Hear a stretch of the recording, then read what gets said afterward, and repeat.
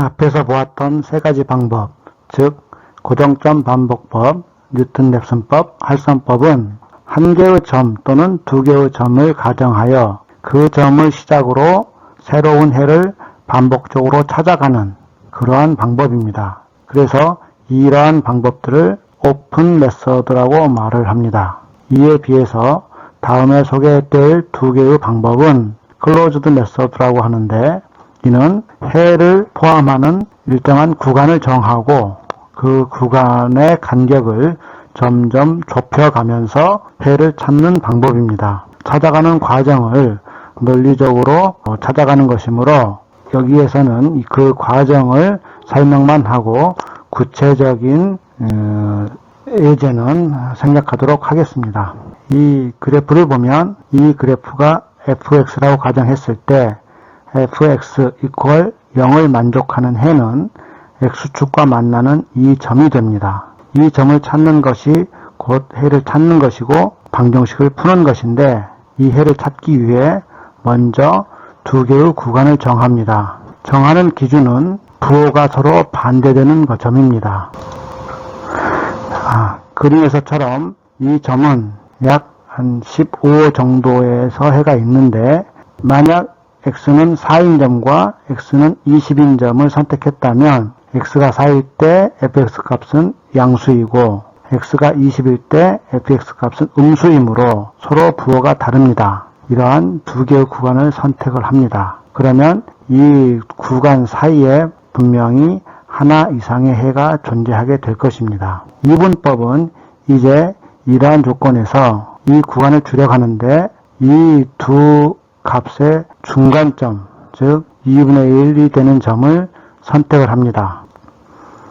이 문제와 같이 4와 20을 선택했을 때 중간값은 12가 됩니다. 그리고 12를 대입했을 때의 fx의 부호를 판정을 합니다. 이 경우는 그래프에서 보는 바와 같이 x가 12일 때 fx는 플러스가 됩니다. 그러면 처음에 선정했던 4인 구간, 같은 부호인 구간의 이 x를 버리고 새로운 구간은 12와 20으로 축소시킵니다. 그리고 다시 구간은 4와 20 사이에서 12와 20 사이로 줄어들게 되고 이 사이에 해가 존재하게 되는 것입니다. 다시 이 두 값을 평균하여 중간점을 찾게 되면 16인 이 점이 선택되고, 마찬가지로 x가 16일 때에 fx의 부호를 판별을 하면 마이너스입니다. 따라서 아까 20을 선택했었는데 같은 부호인 20을 버리고 이 16을 선택하게 됩니다.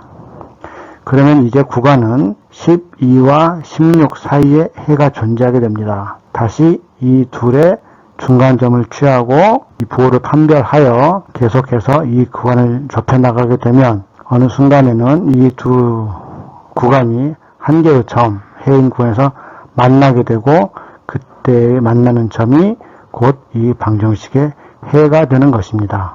이렇게 구간을 초기에 정해놓고 간격을 점점 좁혀가면서 해를 찾는 방법을 이분법이라고 합니다. 이분법과 비슷한 방법으로 가위치법이 있습니다.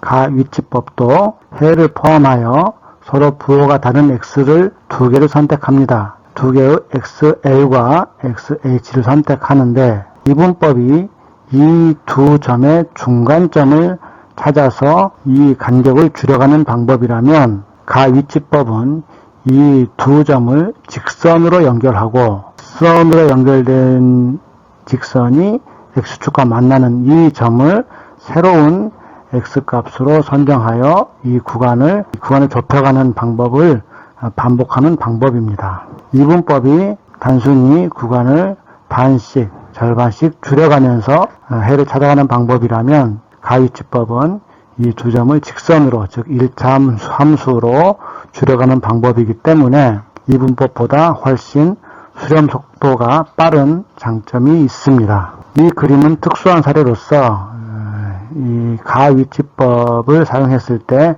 이 구간이 줄어드는 속도가 매우 미미하여 수렴 속도가 오히려 느린 수한 사례를 보여주는 예라고 볼 수 있고, 대부분의 경우에는 이분법보다는 가유치법이 더 수렴 속도가 빠른 것을 알 수 있습니다. 이분법과 가유치법은 처음에 구간을 설정하고 점점 그 구간을 축소해 가면서 해를 찾아가는 방법으로서 구간 축소법 또는 브라켓 메서드라고도 합니다. 중근인 경우 좌우에서 서로 부호가 같습니다. 그럼에도 불구하고 해가 존재하는 이런 경우가 되겠습니다. 이 경우는 3중근으로서 4차 함수가 3중근 그리고 실근 1개를 갖는 경우로서 이 경우에는 그러나 부호가 3중근 좌우에서 부호가 바뀌므로 이럴 경우에는 해를 찾아줄 수가 있습니다.